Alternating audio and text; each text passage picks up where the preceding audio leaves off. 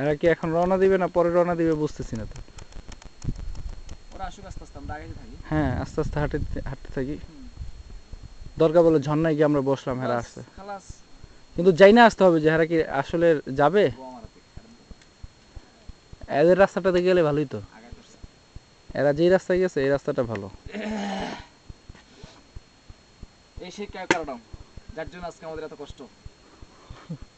কিছু বলা থাকলে বলেন, অসুবিধা নেই। বলবো এই কারণের জন্য এত কষ্ট কেন বললাম।